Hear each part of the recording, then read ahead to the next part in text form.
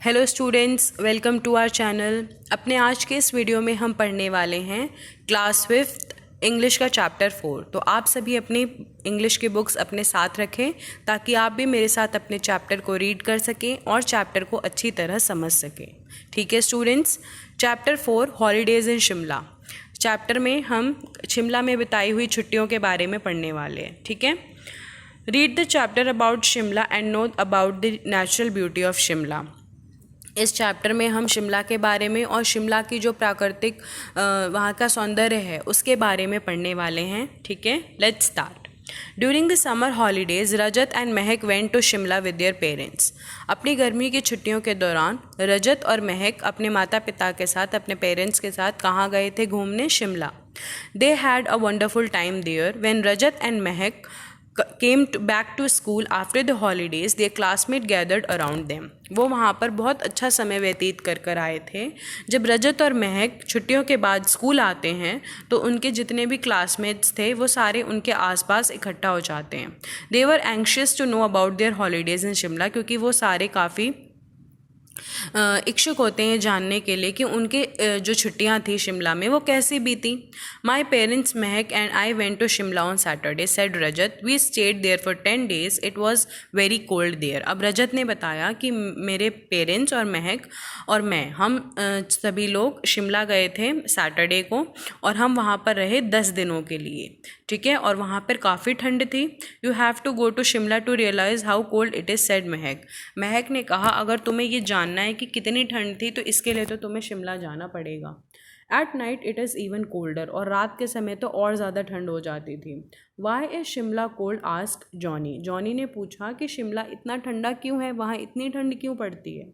Shimla is located in the Himalayas, it is about 2150 metres above the sea level, said Rajat. Rajat ने कहा शिमला जो है वो हिमालयाज में है और उसकी जो है समुद्र तल से ऊंचाई जो है लगभग 2150 मीटर्स है। इसकी वजह से, इतनी ऊंचाई पर होने की वजह से जो शिमला है वो कैसा है? ठंडा है, क्योंकि हमने पढ़ा है हिमालयन रीजन में जितने भी एरियाज़ हैं वो सारे ठंडे होते हैं।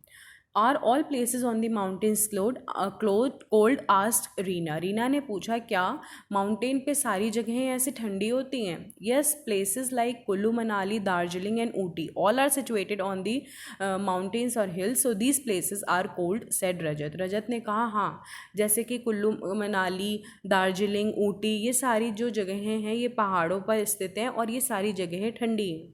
How did you go up to the hill, आज रेशमा। रेशमा ने पूछा कि तुम ऊंची पहाड़ियों पर कैसे गए? We went up by the car, said Mahak. The road is narrow and has many bends, it took nearly 4 hours to reach Shimla from कालका।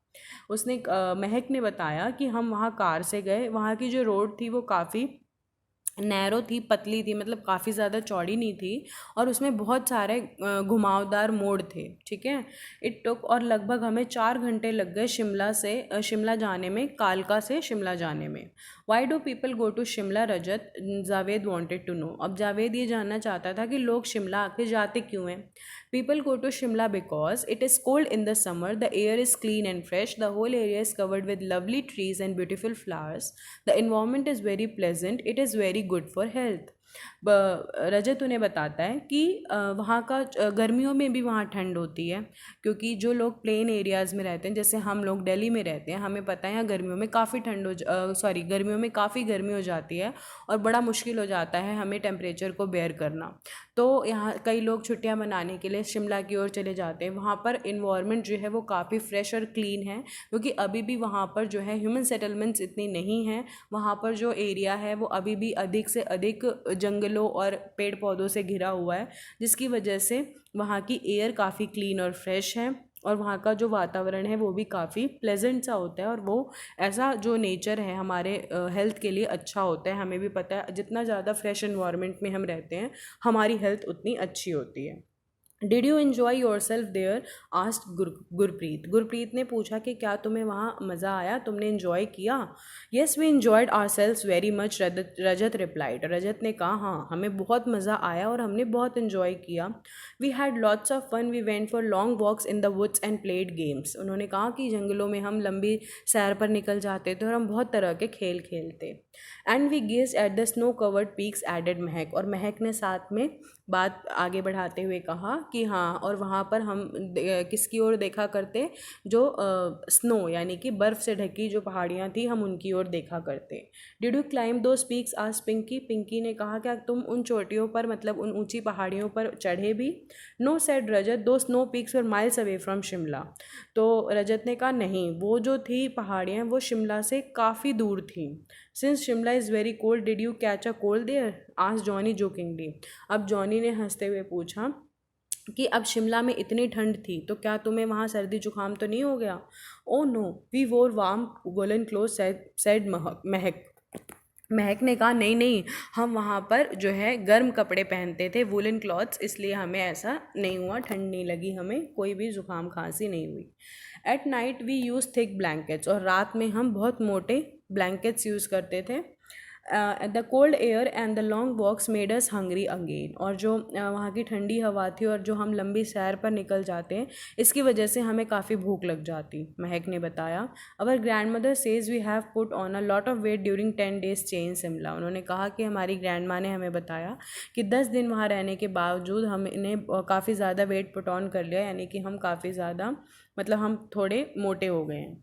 We wish we could go to Shimla too said all the children together. अब बाकी सारे बच्चों ने कहा, अब उनकी बातें सुन के उन्हें लगा कि वाह ये तो बहुत ज़्यादा इन्जॉय करके आए हैं, तो हमें भी वहाँ काश हमें भी वहाँ जाने का मौका मिलता और हम भी शिमला घूम के आते। ठीक है, तो ये था आपका कंप्लीट चैप्टर। आई होप आप सभी को चैप्टर अच्छी तरह क्लियर हो गया हो और आप सभी चैप्टर की रीडिंग एक बार अपने आप ज़रूर करें और चैप्टर को अच्छे से पढ़ें, सारी लाइंस को सारे वर्ड्स को अच्छे से पढ़ें। और अगर कोई भी वर्ड्स आपको डिफ़िकल्ट लगे तो उनको मार्क करके अपने घर में जो भी बड़े हैं उनसे ज़रूर पूछें ताकि आप सभी की रीडिंग इम्प्रूव हो सके। ठीक है स्टूडेंट्स, ओके, थैंक यू।